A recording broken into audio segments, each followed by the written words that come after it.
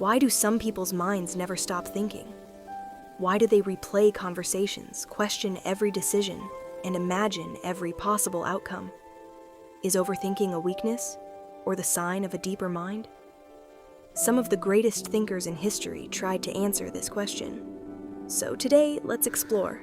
Who are overthinkers? Thinkers throughout history have described the mind of an overthinker in different ways. Friedrich Nietzsche suggests the depth of thinkers when he says, "The higher we soar, the smaller we appear to those who cannot fly," meaning that people who think deeply often feel misunderstood by others because they question everything around them. Søren Kierkegaard connects overthinking with anxiety, famously saying, "Anxiety is the dizziness of freedom," explaining that when people think too much about every possible choice and outcome, their minds become overwhelmed by endless possibilities. Sigmund Freud believed the mind constantly struggles with inner conflicts, suggesting that overthinking often happens when hidden emotions and unresolved thoughts keep returning to the surface of our minds. Marcus Aurelius warned against wasting mental energy on things outside our control, reminding us, "You have power over your mind, not outside events," teaching that many people overthink because they try to control outcomes they cannot change. Dale Carnegie focused on worry and said, "Our main business is not to see what lies dimly at a distance, but to do what lies clearly at hand," meaning overthinkers often stay stuck in imagined problems instead of taking simple action.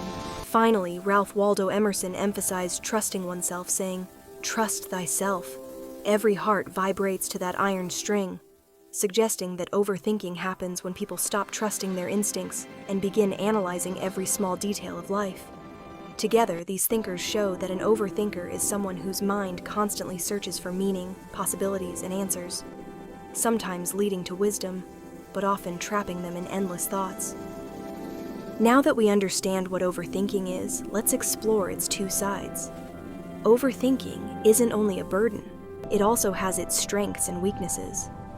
So first, let's start with the good side of overthinking. Overthinking is often seen as a problem, but it also has a powerful side. People who overthink usually analyze situations very deeply. They notice small details that others might miss, which helps them understand problems from different angles.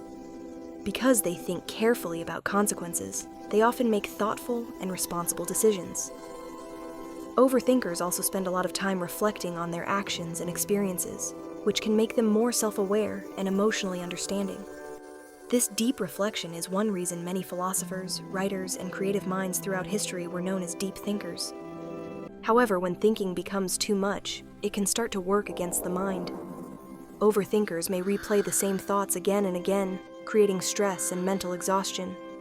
Even simple decisions can feel difficult because the mind keeps imagining every possible outcome and risk.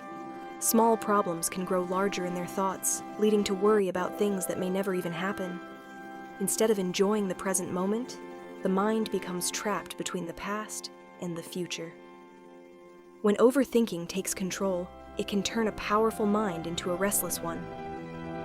In the end, overthinking is like a double-edged sword. When balanced, it can lead to wisdom, creativity, and deeper understanding. But when it goes too far, it can trap a person inside their own thoughts.